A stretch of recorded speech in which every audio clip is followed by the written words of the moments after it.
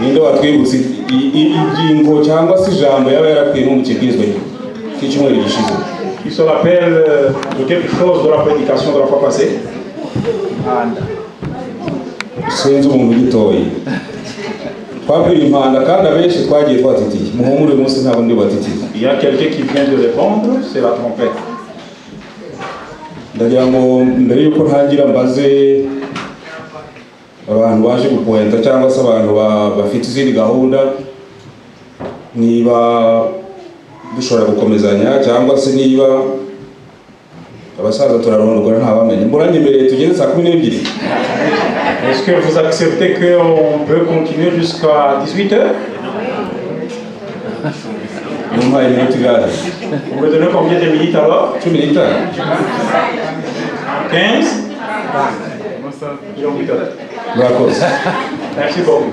Chronomètre.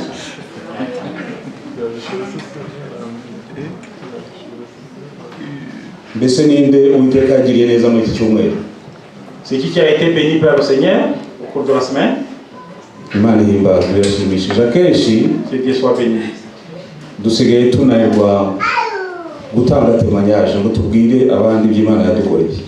Ces derniers temps, nous avons un problème de donner le témoignage. Kandi Uwiteka aratubwira ngo umunsi muzampamiriza ku isi yose nanjye nzabahamiriza mu ijuru imbere ya Data. Et Dieu nous rappelle que quand on aura le courage de témoigner de son nom, lui aussi il va témoigner devant le Seigneur, devant Dieu. Uyu munsi ndagira ngo nshimire Imana kubera ko yamuhaye igitangaza ngira umuryango wanjye mu cyumweru gishize. Je remercie le Seigneur pour les miracles qu'il a fait pour ma famille la semaine passée. Ntabwo nzi ko nagomba kubivuga ariko byanze nakomeje kubitekereza bwa ndabivuga. J'ai hésité mais finalement faut que je le dise. Ku cyumweru wa nyuma y'Isabato ishize, vendredi passé, ubwo hari mu masaha 9 n'igice nitegura gutaha mvuye ku kazi. C'était vers 15h. Je me préparais à rentrer à la maison. Nuko umukoresha wanjye arampamagara arambwira ati gira hino. Et mon employeur m'a appelé. Arambwira ati urabizi ko maze hano umwaka n'amezi 3. Il m'a dit tu sais que tu viens de passer une année et 3 mois ici. Ariko buri kwezi tugenda twunguruza tukongera ukwezi. Et chaque fois on a journée, mois et mois. Nuko arambwira ati rero ibyo tugiye kubihagarika iyo contrat turayihagaritse. Il m'a dit que le contrat cette situation sera stoppée. Ntagira kugira ubwoba, ntagira gutengurwa. J'ai eu peur. Nuko arambwira ati humura akazi kawe kabaye burundu. Alors il m'a dit que ton travail. Abafashije gushimira Imana w'igitondo ni bande murakoze cyane. Alors il faut remercier le Seigneur. Narishimye ku buryo Isabato ishize kubambonye nari ngiteguye. J'ai été très content de parce que ça se manifesté de ça va passer. Muri uyu munsi rero duhura n'ibigeragezo byinshi tukabwira Imana tuyisaba ndetse bikatuyobera. Ces derniers temps on ne fait que demander seulement à Dieu. Ndetse tukibaza ukuntu ibintu byiza dukora twabikomeza bikatuyobera. Et on se demande comment on peut continuer à faire les bonnes choses. Na Pawulo yavuze ngo agerageza gukora ibyiza ariko ibibi bikagira gute bikamutanga imbere. Paul aussi a dit qu'il cherche à faire le bien mais c'est le mal qui vient avant. Bamwe rero ko ku Rurembo muri abanyabwenge kandi muzi imibare. On m'a dit que ici à Rurembo vous connaissez bien les mathématiques. Nuko nibuka ko nanjye nigeze kwigisha imibare kera mu bundi buzima. Je me suis rappelé que j'étais enseignant de mathématiques. Nuko ndavuga nti nzabaha ako kabazo nanjye ndebe karoroshye cyane ari kugira ngo ntawe uri gutsindwe ariko no kugira ngo ukibwirizwa gikomeza tugende dutekereza ako kantu. Alors j'ai un test à donner. Ako kantu gashobora kudufasha kujya dukora kontrole y'ubuzima bwacu buri munsi. Cette chose peut nous aider à arranger notre vie de chaque jour. Ako kabazo gushobora kuba mukazi ushobora kuba nakavuze wenda gusaza nkibagirwa. Voici donc le test. Akabazo karoroshye cyane abana batatu bagiye c'est très facile. Bagiye gutembera nuko bageze ahantu bafatwa n'inyota. 3 enfants sont allés en voyage et arrivés quelque part en cours de route et puis ils ont été assoiffés. Nuko baribwira batari ko hariya hari umuntu ucuruza washaka akantu ko kunywa. Et ils se sont dit mais il y a peut-être un commerçant, on peut chercher quelque chose à boire. Nuko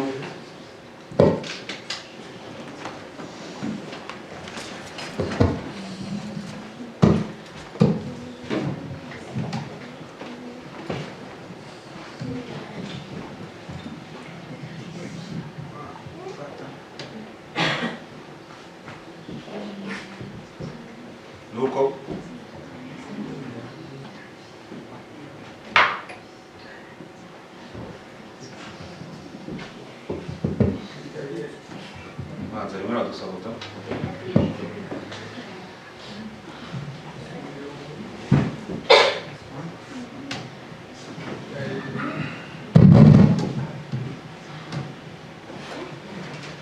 Ubwo rero bisobanura ku kabazo rero. Je continue à expliquer le test.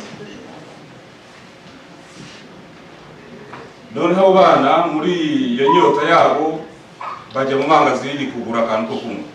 Assoiffés, ils sont allés dans un magasin pour acheter quelque chose. Bagezeyo banywa fanta. Arrivés là-bas, ils ont pris le jus. Bamaze kunywa noneho nyiri kucuruza arababwira ati rero iyi fanta igura 25 gusa. Après avoir bu, le commerçant leur a dit que le jus c'est 25. Abana barisaka. Et puis ils ont cherché l'argent. Basanga buri wese afite amadolari 10 ko ari batatu. Buri wese afite 10 n'undi 10 n'undi 10. Ils ont trouvé que chacun avait $10. Baramuhereje. Ils lui ont donné les $30. Ikibazo rero kiroroshye cyane kuko fanta kuri 25. La question est simple. Abana bishyuye angahe? Le Fanta coûtait 25. Bishyuye angahe? Les enfants payaient Bishyuye combien? 30 gusa.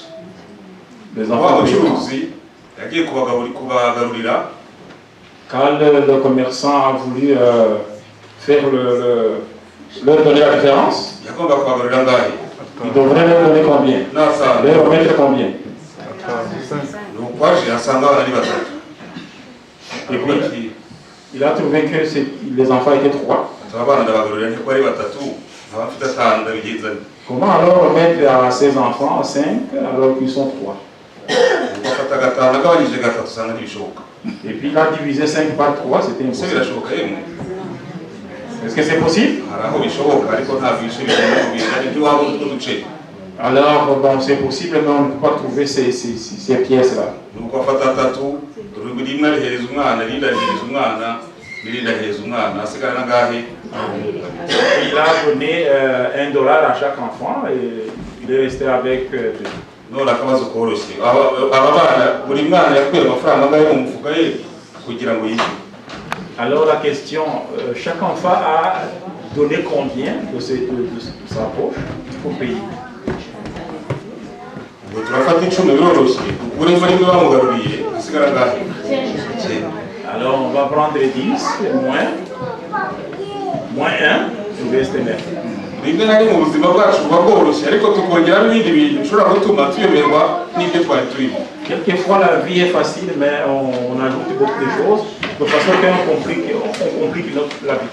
Ubwo ngiye kubabaza akabazo runaka, niba umwana yarishyuye 9 dukubye gatatu ubishyuye angahe abana bari bose hamwe?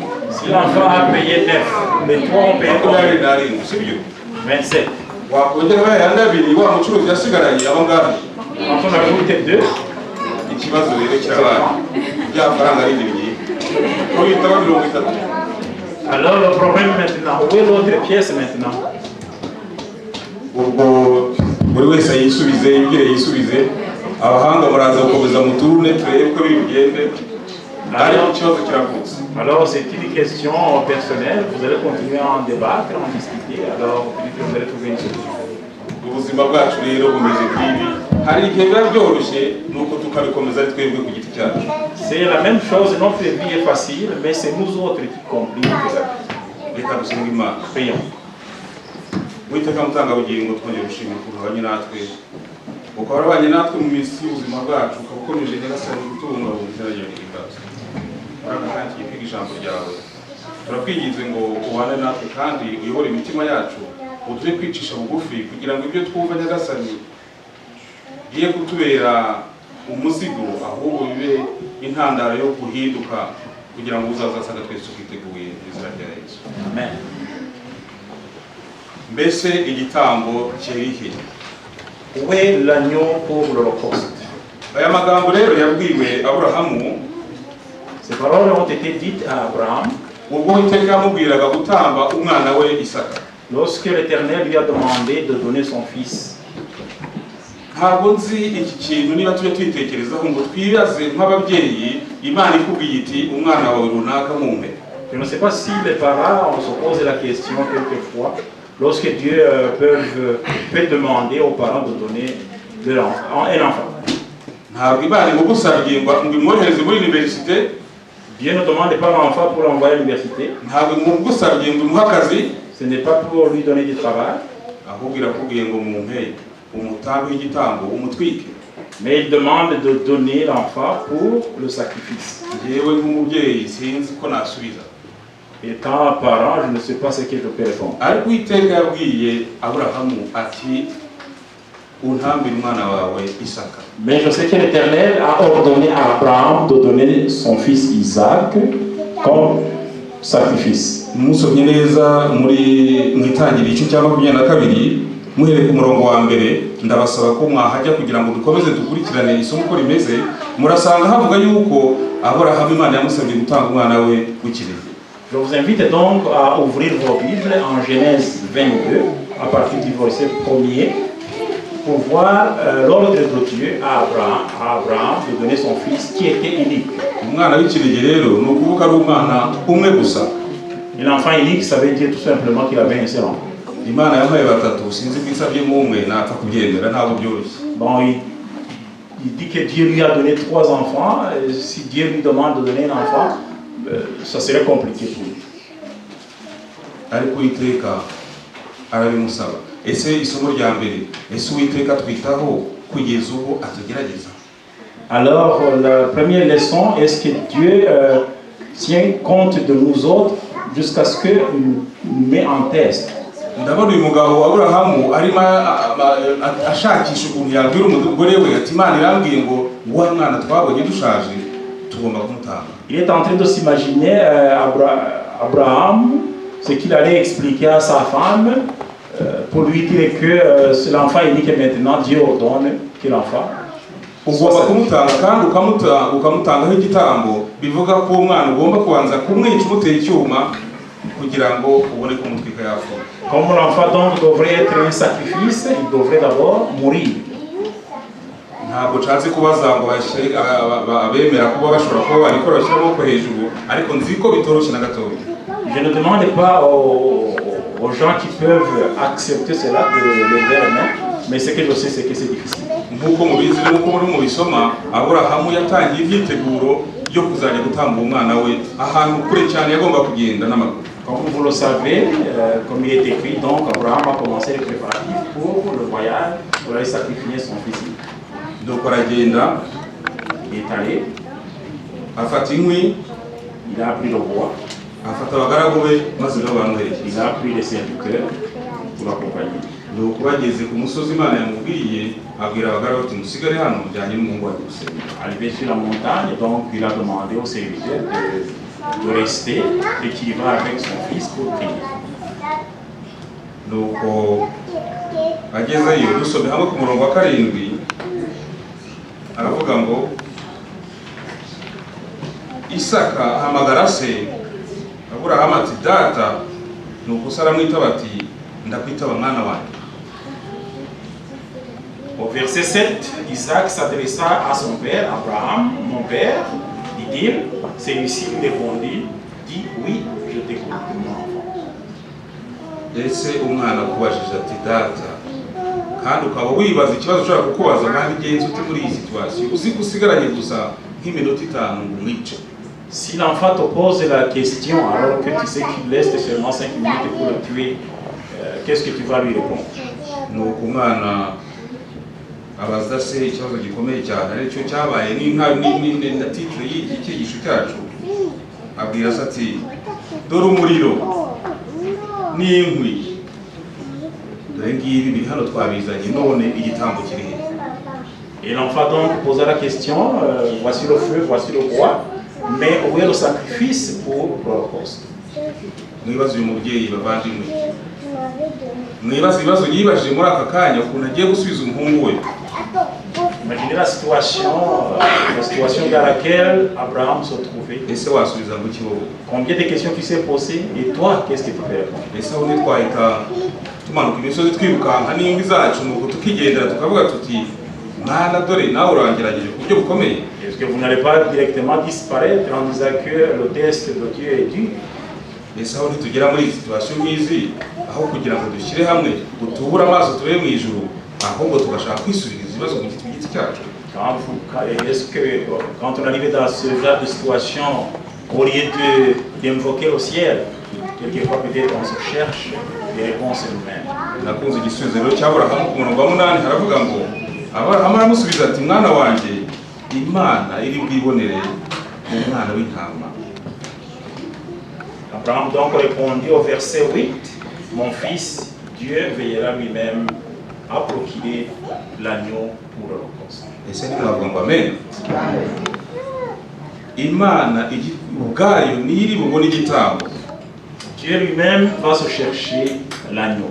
Nakomeje gutekereza mu mutwe wanjye ngo ese koko Aburahamu yari yabiketse ko Imana ishaka kureba gusa ko ari bugere aho hantu. J'ai pensé que peut-être Abraham savait que c'est tout simplement un test. Dieu savait que peut-être il va faire un miracle. None ikibazo cyanjye ubu ese iyo dufite ibibazo twaba dutekereza twizera kandi ijana ku ijana ko Imana izabidukorera. Et ma question est celle-ci, lorsqu'on a des problèmes, est-ce qu'on a confiance en Dieu qui va donner une solution? Cyangwa turavuga tuti tugiye kubita mu gatuza tuti ikinda gishoboye ndakikorera maze byamara kutuzambana tukavuza induru. Ou bien on dit bon je suis capable et puis quand ça tourne mal, on commence à crier. Isaho twibuka ko Uwiteka ari waturemye iyo dufite akazi keza, iyo dufite abana beza, iyo dufite amazu meza aho dutekereza ko Uwiteka waduhaye ubuzima utuma dukomeza kuyishyura ari utubungabunga magara yacu. Est-ce que dans une bonne situation on se rappelle que Dieu est notre créateur? Cyangwa turavuga tuti ibi byose nabyubatse n'amaboko yanjye. Ou bien on dit on est fort, c'est moi-même, c'est à cause de ma force. Abinyibukije wa munyarwanda bajyaga bavuga ngo bajya kubaza Imana batese Mana nge nawe abatiri twabaho iki. Je me rappelle donc de quelqu'un qui disait à Dieu, toi et moi, pourquoi est-ce qu'il y a des pauvres qui sont comme ça? Ese Mana nge nawe umuntu upfa umuntu urwara akaburoga akigereranya n'Imana. Voilà quelqu'un maintenant qui est mortel qui se compare à l'Éternel. Igihe cyose bavandimwe tuzajya tugera mu bibazo nk'ibyo tujye twubura amaso turebe mu ijuru kuko Uwiteka waturemye yawe ufite urufunguzo rwo gukiza ndetse wo kutubungabunga amagara yacu. Je vous invite donc en situation de problème, il faut toujours invoquer le ciel. Uwiteka niwe uri bushake igitambo kandi igitambo cyotswa kandi cyemewe n'Imana. L'Éternel va se chercher lui-même un agneau pour l'Holocauste qui convient. Nkuko muzi igitekerezo, comme vous connaissez l'histoire, umuhungu arakomeza aravuga ati ese biragenda bite? Le garçon Isaac a continué à se poser plusieurs questions. Maze Aburahamu afata icyemezo gikomeye cyane ntekereza ko ntashobora gufata ntari kumwe n'Imana. Abraham donc a pris une décision que je ne peux pas prendre si Dieu n'est pas à côté de moi. Nuko umurongo wa 9 aravuga ngo bagera ahantu Imana yamubwiye Aburahamu yubaka igicaniro yararikaho zambi aboha Isaka umuhungu we amurambika kuri icyo gicaniro hejuru y'inkwi. Au verset 9, quand ils arrivèrent au lieu que Dieu lui avait indiqué, Abraham construit un autel et il déposa le bois.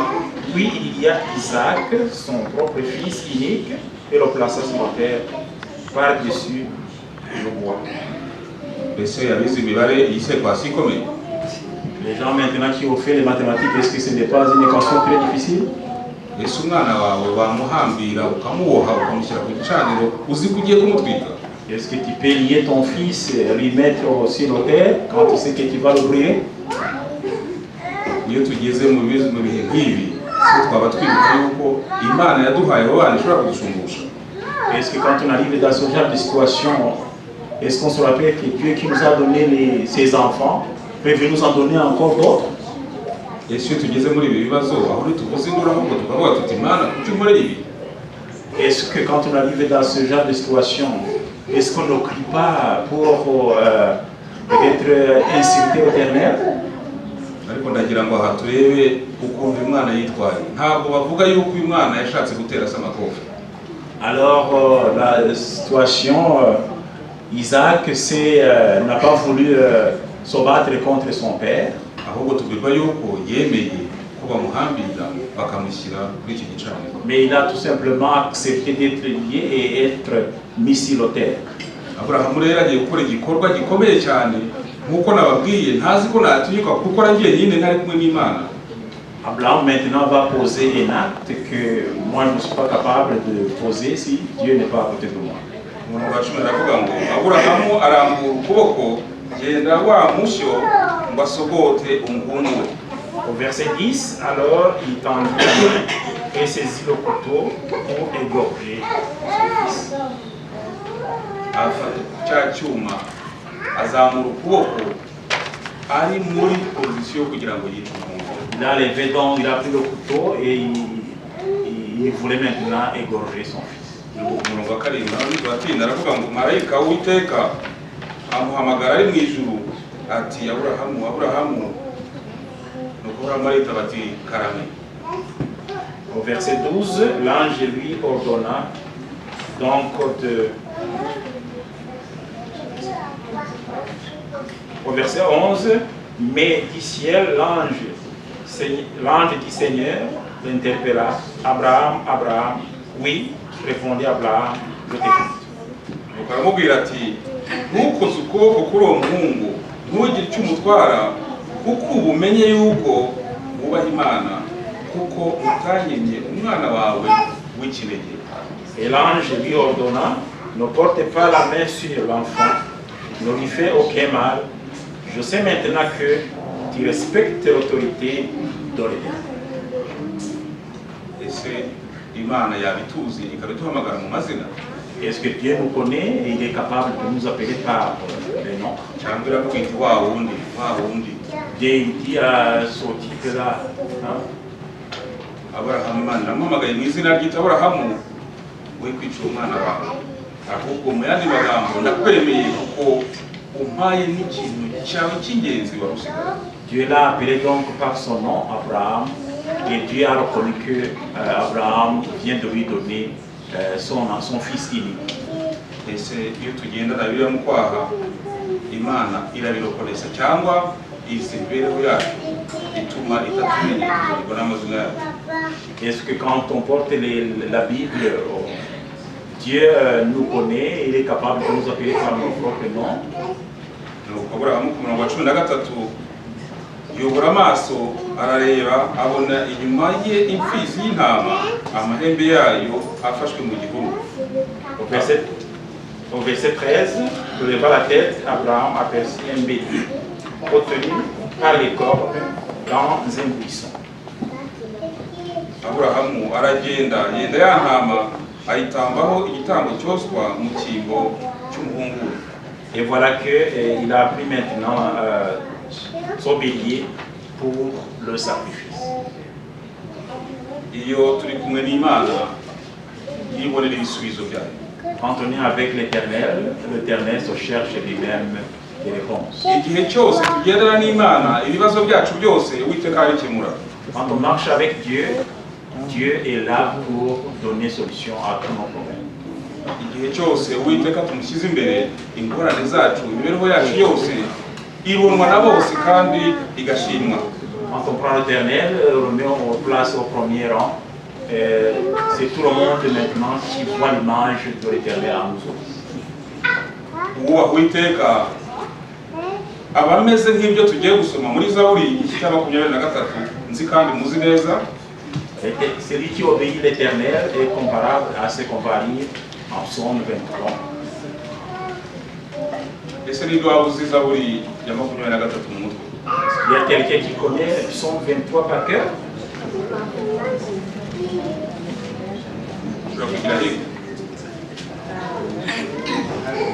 Il y a Maman Teclé qui a levé la main. Est-ce que tu peux t'approcher, s'il te plaît? Ah non. Iri somo ndizera ko twagize kenshi. Et Maman Teclé, approchez, s'il te plaît.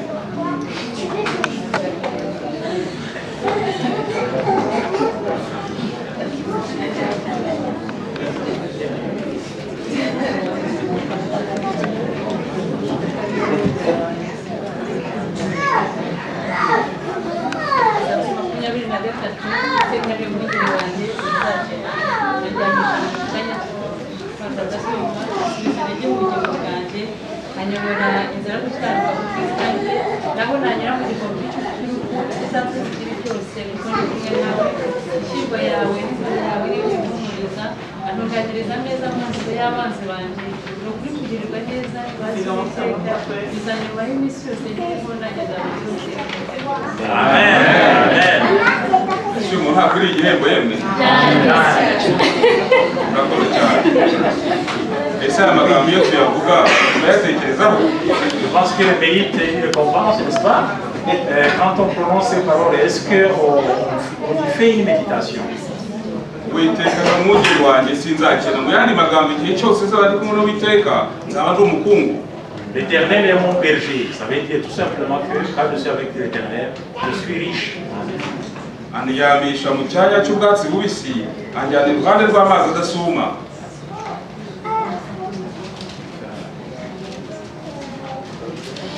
Nasomye mu Kirundi banditse ngo ngwa mbyagiza, yandi magambo uryama ugasinzira nta kintu kigutera impungenge. Donc au verset 2, il me met au repos dans des prés d'herbes fraîches, il me conduit au calme près de l'eau. Anjyana iruhande rw'amazi adasuma, natekereje amazi yo ku rutare nk'ay'iwacu tuzi nk'uko tubizi. Alors j'ai pensé maintenant aux eaux des rochers de chez nous. Cyangwa se y'amazi twitaga amazi yatekeye utuzi dukeya twabaga dusa neza ese twihutiraga kugira ngo Ou bien l'eau potable de chez vous là. Qu'est-ce qu'on en faisait? hari n'akaririmbo bakunda kuvuga ngo amazi yateka igira ute. Il y avait aussi une chanson qui disait l'eau potable, on en fait quoi? Nderera abana Élève mes enfants. ese twaba turi amazi yatekeye? Est-ce que nous sommes l'eau potable? ese abantu batumenye baba bagenda bishimye? Est-ce que les gens qui nous ont reconnus sont toujours joyeux? Abenshi tumaranye imyaka 3 ngaha. Beaucoup d'entre vous, ça fait 3 ans qu'on est ensemble ici. Ushobora kwibaza ndetse abo twamenyanye naba narababereye amazi yatekeye. Alors les gens à qui je suis, est-ce que j'ai été l'eau potable pour eux? ariko nizera ko mfashijwe n'Imana nshobora kuba amazi yatekeye. Je suis sûr qu'à l'aide de l'Éternel, avec l'aide de l'Éternel, je peux être l'eau potable pour tout le monde. Urundi ruhande rero itari amazi meza tuzi amazi y'ibiziba y'iwacu y'ibyondo. De l'autre côté maintenant, car on n'est pas potable,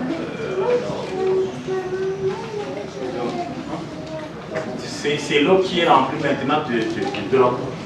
Ese hari umuntu wifuza kunywa amazi y'ibyondo? Est-ce que vous pouvez, il y a quelqu'un qui peut souhaiter boire l'eau plein de goût? Bavandimwe tugerageze kuba amazi yatekeye, dusabe Imana kugira ngo tube amazi yatekeye aho kuba amazi. Il faut prier l'Éternel pour l'être l'eau potable au lieu d'être l'eau qui n'est pas potable. Umurongo wa gatatu turavuga ngo asubiza intege mu bugingo bwanjye, anyobora inzira yo gukiranuka ku bw'izina rye. Au verset 3, il est écrit, il me ramène mes forces, il me guide sur la bonne voie. Ni ukuvuga ko igihe cyose naba naniwe cyangwa ndwaye, niwe wenyine ufite urufunguzo rwo kumpa imbaraga. Chaque fois que j'ai des problèmes, il est le seul maintenant à me fortifier. Naho nagera mu gikombe cy'igicucu cy'urupfu sinzatinya ikibi cyose kuko ndi kumwe nawe. Même si je passe par la vallée obscure, je ne redoute aucun mal, car le Seigneur m'accompagne. Reka dusimbuke umurongo wa 5 uravuga ngo untunganiriza ameza mu maso y'abanzi banjye, unsubiza amavuta mu mutwe, igikombe cyanjye kirasesekara. Au verset 5, il est écrit, face à ceux qui me veulent du mal, tu prépares un bouquet pour moi. Tu m'accueilles en versant sur ma tête un peu d'huile parfumée. Mu yandi magambo ni ukuvuga ko igihe bamwe baba bifuza ko nabaho nabi, Uwiteka wantegurira iki ameza meza ariho ibintu byiza nkunda kurya kugira ngo mererwe neza kandi nkomeze gushisha. Par le sujet des gens, c'est le mal pour moi. Dieu, lui, il prépare le bonheur pour moi. Umurongo wa 6 ari nawo turangirizaho muri aya masomo uravuga ngo ni ukuri kugirirwa neza, ntabwo ari ukugira neza, kugirirwa neza n'imbabazi bizanyumaho iminsi yose nkiriho, nanjye nzaba mu nzu y'Uwiteka iteka ryose. Au verset 6, il est écrit, ta générosité me suit.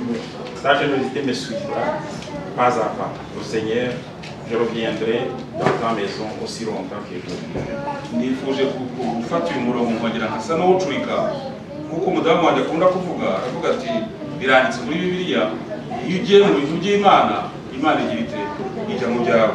Je voulais un peu inverser ce verset pour dire que quand on est impliqué dans les choses de Dieu, Dieu aussi s'implique dans tes choses.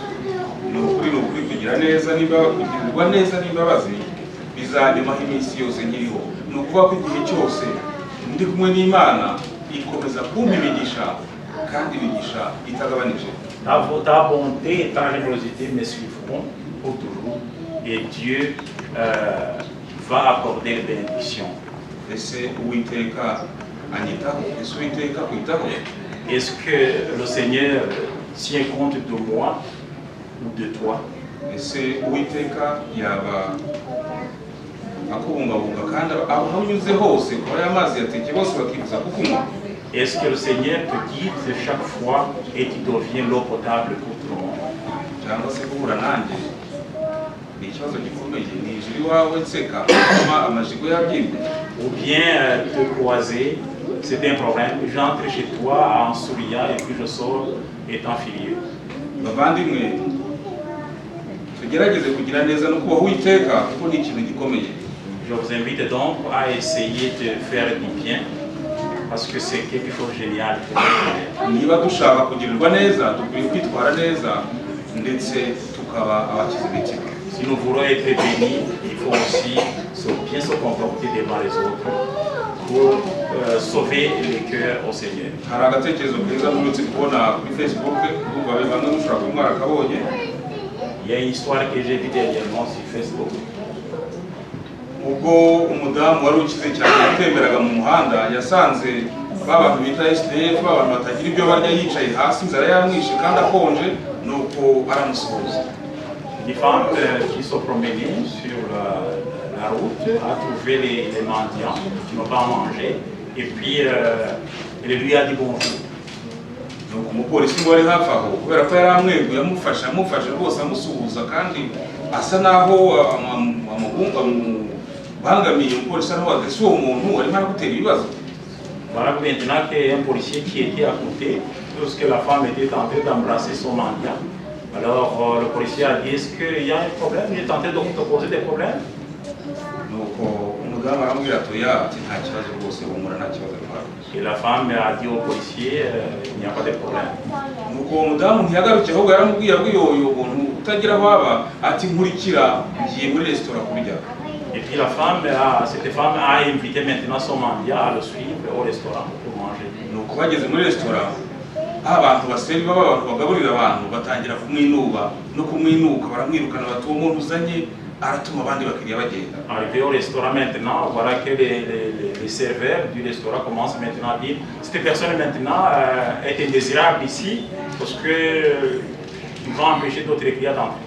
kandi wa mupolisi nawe yari akiri aho ngaho harimo yesita avuga ati yewe uwo muntu umuvana aho ngaho ntabwo asa nk'abantu bazima. Le policier aussi qui était toujours là, il continue à insister que la femme chasse ce mendiant. nuko ngo abarebaga uwo mudamu babona amarira atangiye kuzanga mu maso. Voilà que la femme maintenant commençait maintenant à avoir les larmes dans les yeux. abwira wa mugabo ati ukomande usabe icyo ushaka cyose bakiguhe urye wishime. Il dit à son mendiant maintenant de commander ce qu'il veut, qu'il mange et qu'il soit heureux.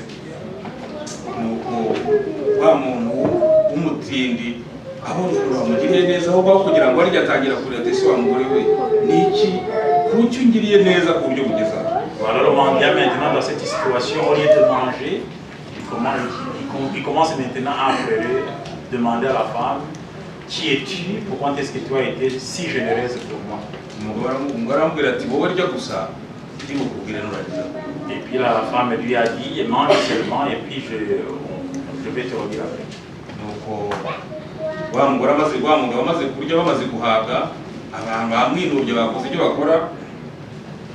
Après s'être rassasié donc, nuko wa mugore aramubwira ati uyu munsi ntuzongera kurara mu muhanda. la femme lui a dit maintenant, désormais, tu ne vas plus être un sans-abri. ati kuva uyu munsi nagukodeshereza inzu iri aha n'aha kandi nziza, uragenda woge, harimo imyenda yuzuye mu bubati, wambare maze use neza. Désormais, je vais louer une maison pour toi, une maison bien équipée. ati kandi numara kwiyondora umaze kumera neza, nzaguha akazi muri sosiyete yanjye.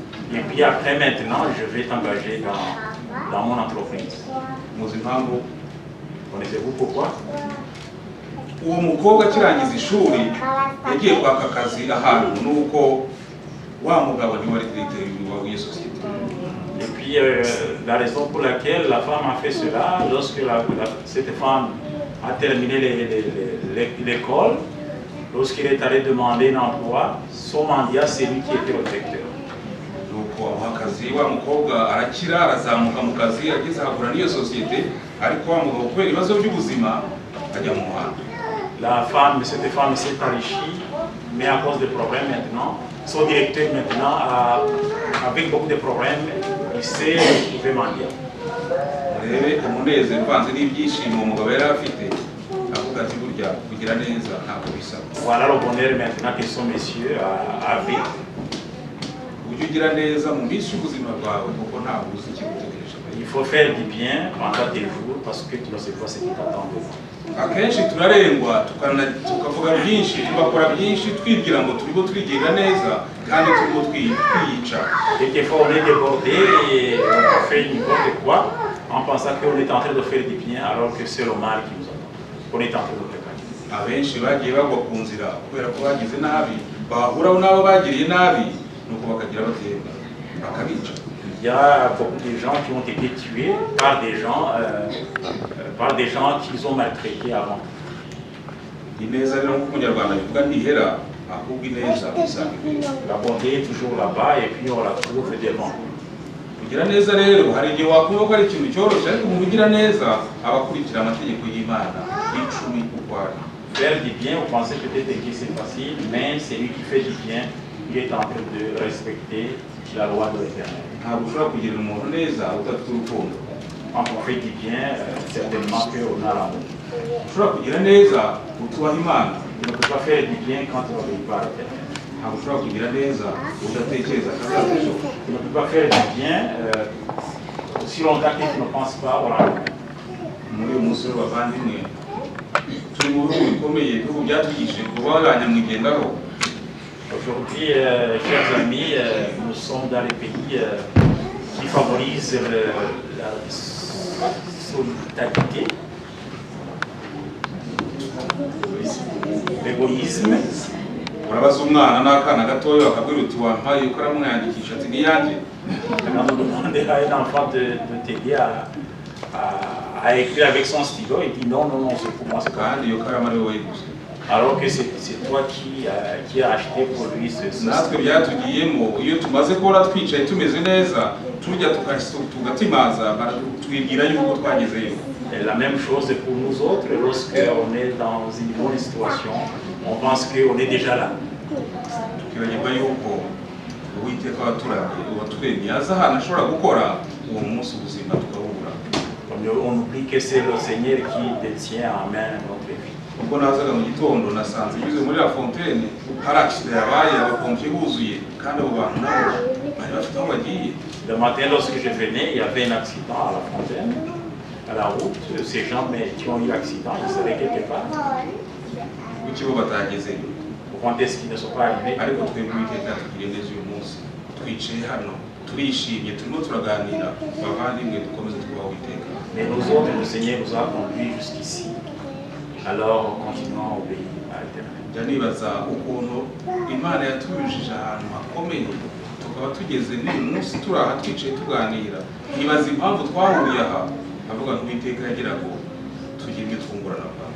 Je me pose toujours la question là où on est passé pour arriver ici. Alors, si le Seigneur a permis qu'on soit ensemble ici, c'est pour lui donner gloire. ntabwo ndi umusaza cyane, ariko ibyo maze kubona ni uko iyo ugira neza ukagira neza abantu, Uwiteka nawe ntabwo wacu. Je ne suis pas très âgé, mais ce que je peux dire, je peux témoigner, c'est que quand on fait du bien, l'Éternel est toujours à côté de nous. uyu munsi n'ikintu twajyana dushobora kwibagirwa ibindi byose, Aujourd'hui, on peut tout oublier. ariko ntitwibagirwe yuko igihe cyose turi mu Mana ibintu byacu byose bigenda ari umurongo mwiza. Mais n'oubliez pas que quand l'Éternel est toujours est avec nous autres, les choses, toutes les choses qu'on affronte, ça marche bien.